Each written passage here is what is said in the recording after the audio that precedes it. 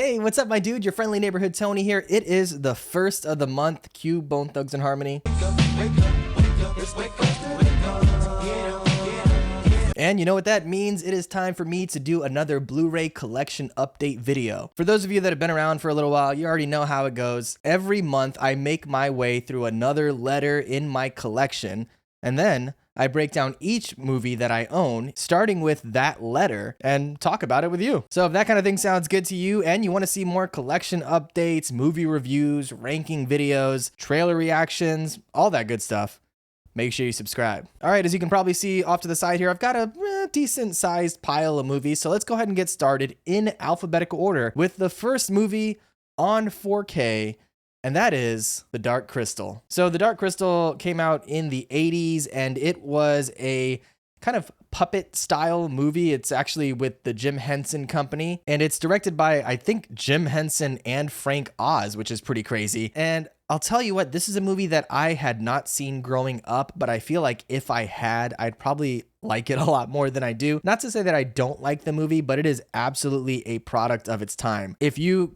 grew up in the 80s and were into fantasy movies like this, or like Willow even, this is absolutely that style of movie. And if you watch it nowadays without that frame of reference, it can definitely come off as very cheesy. But all in all, when you consider how it was made and the time that it was made, it's pretty monumental. So definitely not one of my favorite movies, but something that I felt like I had to have in my collection. If you're a fan of The Dark Crystal, let me know in the comments below. Is this a movie that you enjoyed as a kid? I don't think I was alive when this movie came out. I'm pretty sure it came out in the early 80s, and I'm a late 80s baby, so my bad on that. But still, The Dark Crystal, shout out to Jim Henson. Next up on the list is, man, we're going to be all over the place with this video. I just want you to know, because next up on the list is a movie that came out in the early 2000s. I think it was 2005, and that is Daredevil.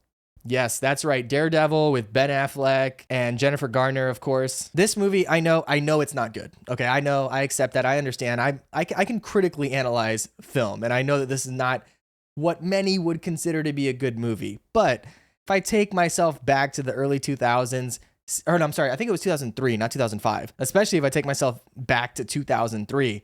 This movie, I thought it was awesome in the moment. Some pretty solid action sequences. This is really the first time that you kind of get to see what Ben Affleck is capable when it comes to playing these kind of brooding superhero, these like dark superhero characters. Of course, he would later go on to be Batman in one of the best iterations of Batman himself. Not saying that his Batman movies are the best Batman movies, but he himself as Batman I thought was fantastic. So this kind of gave us a glimpse into what he would be doing down the road. And, you know, I definitely recognize that it's cheesy, and I definitely recognize that some of the love story in this is completely ridiculous, but all in all, I enjoyed the movie. I like Michael Clark Duncan as the Kingpin. May he rest in peace. He was amazing as the Kingpin. Really, his incredible stature is kind of what you would want out of a comic book character, and the fact that there's an actor who is not only visually and physically the size of someone like Kingpin from the comic books, but who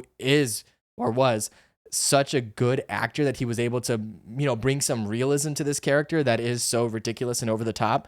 I thought he was fantastic as the Kingpin. Really, the two, I think, biggest weak points as far as the actors playing their characters in the movie would have been Colin Farrell, who played Bullseye.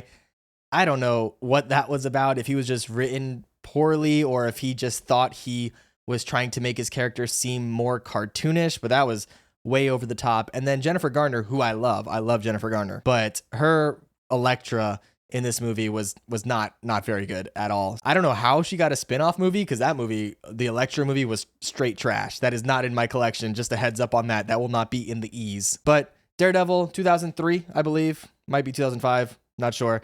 But 2003. It says it right here. So Daredevil 2003, I like it. I know it's not a good movie critically, but I still enjoy it a great deal. Next up is a series of movies. Two of them start with the letter D, but it's officially a trilogy known as the Dark Knight trilogy. And of course, I have that on 4K Blu-ray. Now, as we all know, the first movie is called Batman Begins, which does begin with a B, but the trilogy itself is known as the Dark Knight trilogy, so I had to include it in the D section of my collection. Bars. And I do absolutely love the first movie in the trilogy, Batman Begins. I felt like especially coming off of what they did with Batman with the George Clooney movies or movie. How many movies was George Clooney in? Was it 2? I think it was just 1. I don't remember. I've put that behind me. But coming off of those kind of cartoony Batman movies and then going into something much more realistic and grounded in The Batman Begins, I thought that was incredible. Of course, The Dark Knight, Heath Ledger playing the Joker. Everyone laughed, and not in a good way, as you would laugh with the character called the Joker, but everyone laughed at Heath Ledger being cast as the Joker. They thought, you're taking Brokeback Mountain Boy and making him this legendary villain that we all know and love, and he absolutely knocked it out of the park. You could very well say that he was the best iteration of the Joker. We've gotten some other really good versions of that character since then and before then with Jack Nicholson, but either way, he was tremendous. The movie is very, very good for me right up until the ending. I feel like the very end of the movie it just drags on a little bit longer than I would have liked it to. And then, of course, we have The Dark Knight Rises, which, this one, they were coming off of something that was so absolutely beloved and was done so well that really the only place left for them to go was down. And I think it's good that they didn't drop that much in quality. But certainly, I think this is probably the worst of the 3 of the trilogy. Although there's still some very memorable scenes and moments from the movie. And the way that it wraps up Batman's arc, I think, is pretty satisfying. So the Dark Knight trilogy, 4K, definitely had to have that in the collection. Next up is a movie that maybe not a lot of people are familiar with, but this is one that I saw and I really enjoyed, so I had to hunt it down on Blu-ray, specifically on 4K, and that is a movie called Daybreakers, which has Ethan Hawke. It is a movie about vampires, as you might guess. Oh, it also has Willem Dafoe in it and Sam Neill, so some pretty great actors in this. And it's a very interesting take on vampires. It takes place in, I think, the future, where vampires have basically taken over as the superior race. I think there was a disease, and so people were dying out, and then they kind of used vampirism as a way to keep themselves alive as a species. But now what's happening is that they are running out of blood. The most of the people in the world are vampires, and so they are having to find ways to keep producing enough human blood to feed the entire population. And it gets really interesting. I don't want to spoil much about the movie, but if vampires go a certain amount of time without consuming human blood, they go crazy. So essentially the vampires themselves are being somewhat hunted by these more monstrous versions of vampires that have gone crazy from lack of human blood. And then there's a whole thing about what do we do with humans? Are we just treating them like cattle to be harvested? Or it's a very interesting film. I know it didn't get the best reviews, but I really enjoy what they did with it. I thought it was very well done and one that I would recommend you check out if you get a chance. All right, next up we have a 2-pack, and that is Deadpool 1 and 2, if I can get them out of the case here. Jeez. Oops. Okay, so we have Deadpool 1 and 2, and of course they're working on Deadpool 3, I think, as we speak. I know Ryan Reynolds is currently getting into shape for that. I saw some pictures about that, and Hugh Jackman is going to be in it as Wolverine, which is pretty dope to see him mix it up with Deadpool. But I think both of these movies are really good. The first one obviously wasn't going to be made for a very long time, and then Ryan Reynolds leaked kind of not really a trailer, but like test footage of it, and it blew up on the internet. And so that's how we kind of got the first movie. And then the sequel I thought was really well done as well. To me, they're kind of, I don't know, they kind of blend together as far as the story and the quality. The story in the second movie, a lot more happens for sure, but the movies it's kind of like 21 and 22 Jump Street in my view of that, where it's like they're both really good, but they're kind of the same. So both really good movies, pretty similar, and I'm definitely interested in seeing the third installment, that's for sure, and I hope it's at least as good as these were, and hopefully even better. I guess we'll have to wait and see, but Deadpool 1 and 2, of course I had to have that in the collection. Now, as I pick up this pile of movies that I just knocked over because I'm an idiot, this one's fun. So I just recently had a birthday, and we had a birthday party for me. And for those that know, which is probably nobody watching, I didn't celebrate my birthday growing up. And so we decided to have my birthday party be kind of like what it would have been if I was a kid. So I had a shark-themed birthday party where I wore a shark onesie and everybody dressed in shark-related costumes or like beach-related costumes. And it was pretty great. We watched shark movies. And so this movie is one of my favorite shark movies of all time, and that is the classic film masterpiece, Deep Blue Sea. That's right. Deep Blue Sea. You've got Thomas Jane, who would go on to play the Punisher in the 2005 Punisher movie. You've got LL Cool J, Samuel L. Jackson. You've got Stellan Skarsgård in a pretty small role, but Stellan Skarsgård's in it. And also Michael Rappaport, who you might know if you're into comedy. And I forget her name, but the lead actress in the film, if you can see her here, she actually is in the show You. She played the character Love, her mother. So this came out back in 1999, so this was her a lot younger, but it's pretty crazy that she's still doing the thing in a really popular show, so that's dope. But this movie takes place on a kind of a lab, like a laboratory that's on the sea and under the sea, so it's, you can go under the water in it, and they're experimenting on sharks because, apparently, I don't know science, but from what I hear, sharks and I think whales don't develop certain neurological diseases like humans do. So like Alzheimer's or certain types of cancer or things like that. And so they're experimenting on these sharks to see if they can enhance their brains to then extract some sort of chemical from their brain to use to help cure Alzheimer's and other neurological diseases. But of course, as you make the sharks smarter, the sharks realize, hey, I don't want to be in captivity, and they act out. So that's kind of the movie. The sharks are fighting back against the humans.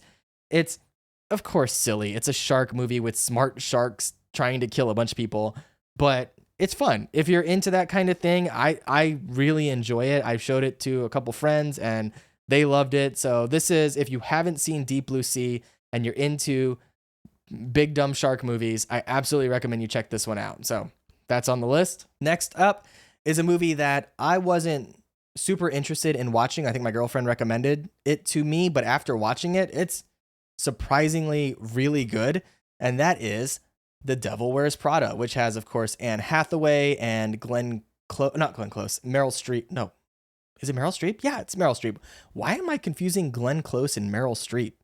Do they even look alike? I don't know. I have to Google some images here. But either way, actually is a surprisingly good movie. It's about Anne Hathaway's character who decides to work in this kind of like fashion industry thing. Oh, also Emily Blunt is in the movie. I think it's one of her early roles, but she's in it as well.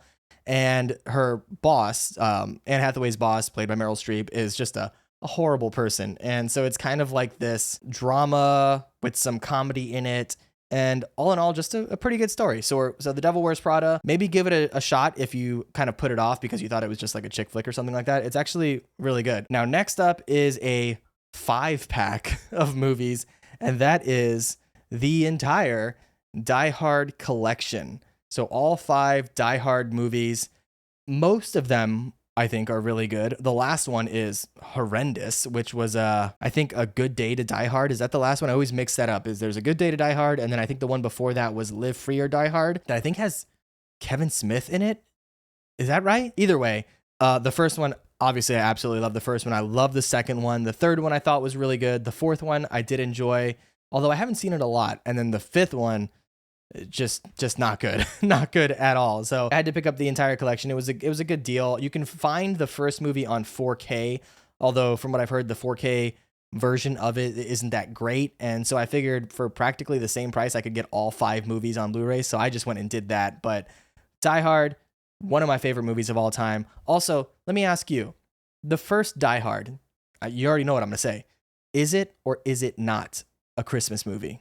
All right, go ahead and let me know in the comments below.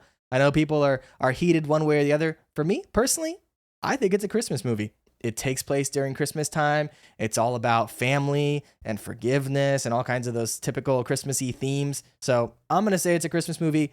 Debate me in the comments, though. I would love to hear it if you disagree. All right, next up, we've got 2 movies that go together here, and that is the first Doctor Strange on 4K Blu-ray, of course, and then followed up with Doctor Strange in the Multiverse of Madness. So the first Doctor Strange I really enjoyed.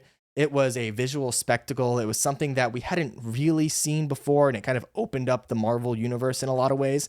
I think Benedict Cumberbatch is fantastic as Stephen Strange, as Doctor Strange. Also, Benedict Wong, I love him, and I love what they're doing with him now in the Marvel Universe. Honestly, probably one of the best things about the She-Hulk series was seeing Wong and, what was her name? It's like Madison. Yeah, Madison and Wong. Their relationship is hilarious, but he was really good even in this movie. Chiwetel Ejiofor is in this, who I think is fantastic. He's such a great actor. I think the first time I saw him was in a movie called Red Belt, which you probably haven't seen because nobody's seen this movie except for me and my friend who, when we rented it together many years ago. But that was the first time I saw him. Also, he was in the Serenity movie around the same time, I think. So that he was great in that. And of course, 12 Years a Slave. He's been in a million movies. He's a fantastic actor. So a great cast in this movie. I really enjoyed it a lot. This sequel, Multiverse of Madness, you know, some people don't like it all that much. I really enjoyed it. It's directed by Sam Raimi, who directed the first 2 Spider-Man movies from back in the day, as well as, you know, the Evil Dead series and all of that. And he really kind of infuses his unique style of directing and his personality into this movie in some ways that we hadn't seen up until this point. There's some significant horror themes throughout the movie that I'm surprised they did in a Marvel movie. There's some really dark stuff in this movie, and also some really wild multiverse trippy things that go on throughout it. I know some people they felt like they didn't do enough with exploring the multiverse itself, but I thought they did. They went through some pretty, you know, silly and tropey universes, but they also went through some really weird stuff. I think this came out around the same time as Everything Everywhere All at Once, which I think is definitely the superior multiverse movie, or even Spider-Man Into the Spider-Verse. I would say that's a superior movie. I don't know if it's necessarily a superior multiverse movie. I think this explores the multiverse more than that. But I think it was quite good. I was really excited to see Sam Raimi back into a kind of Marvel world, and I really like what he did with the movie. So Multiverse of Madness, had to have it. All right, we're getting closer to the end here. There's only a few movies that start with the letter D in my collection. So let's go ahead and move on to a classic comedy that is Dodgeball. Yeah, that's right. Now, this one I haven't seen in a minute, so I have to rewatch this. But based on my memory of it, the last time I saw it, this movie is hilarious. It's ridiculous. It's got Ben Stiller and Vince Vaughn, who is apparently a giant of a man. Did you know that? Vince Vaughn is like 6'6" or 6'5" or something like that.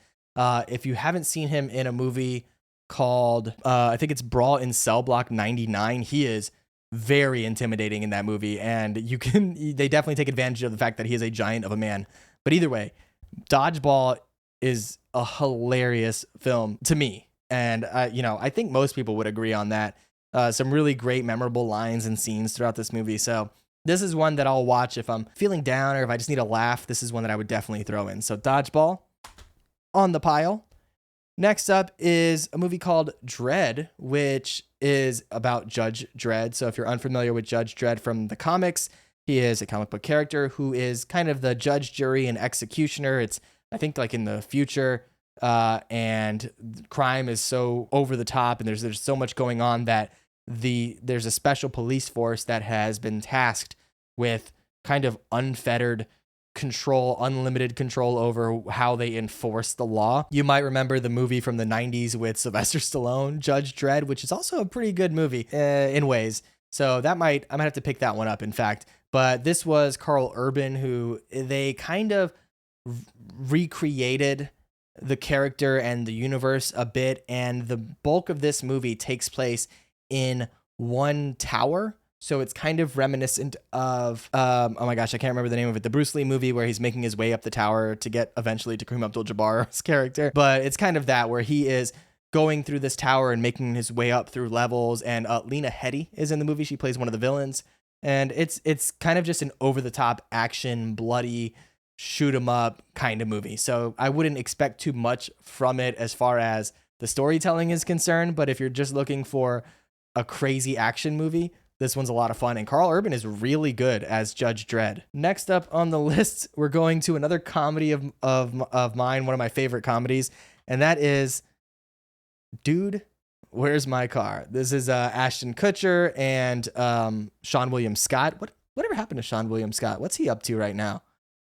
I don't know. I feel like he kind of dropped off, but I know Ashton Kutcher's still around doing his thing. This movie is completely stupid. It's that brand of like dumb comedy, kind of like Dumb and Dumber or something like that. And there's so many quotable lines from this, so many scenes that just have you like smacking your forehead about how stupid these characters are. And yeah, it's, you know, maybe not the best cinematic masterpiece or anything like that, but it's a dumb comedy that I really enjoy and I will go back and watch from time to time. Speaking of dumb comedies, we go to perhaps one of the greatest dumb comedies of all time, and that is Dumb and Dumber. This is, no joke, one of my favorite movies of all time, probably my favorite comedy of all time. I've seen this movie, I can't even tell you how many times, dozens, possibly over 100 times. I don't really know, but Dumb and Dumber is fantastic. It is an absolute classic. It's also, Dumb and Dumber is a red flag movie for me.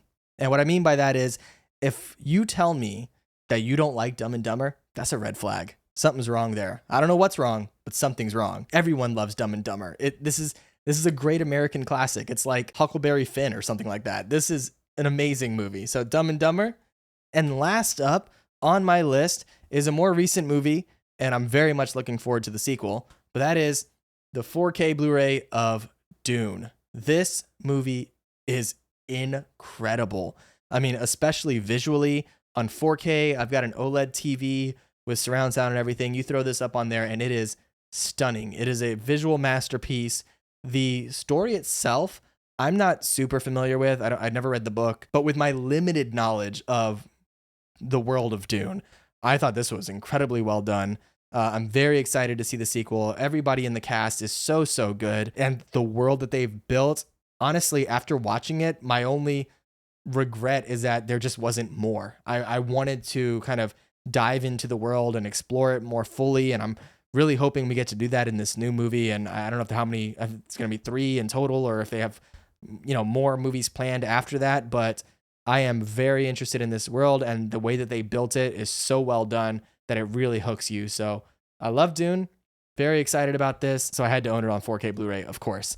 But that, my friend, is it. Those are all the movies in my collection that start with the letter D as of this time. Of course, I'll be adding movies as we go, and every month I'll be going through my movie collection and updating it letter by letter. So, of course, if you want to see more videos like this, if you want to keep up with all the movies that I watch, review, rank, I've actually got a review and a ranking video coming out later this week. One is going to be, of course, the review of the new Creed movie, Apollo Creed movie, or I guess Adonis Creed movie that's going to be coming out. I'll be reviewing that, and then I'm going to rank every Rocky and Creed movie. So if you want to see that, if you want to stick around for that, make sure you subscribe to the channel. Otherwise, I'll catch you in the next one.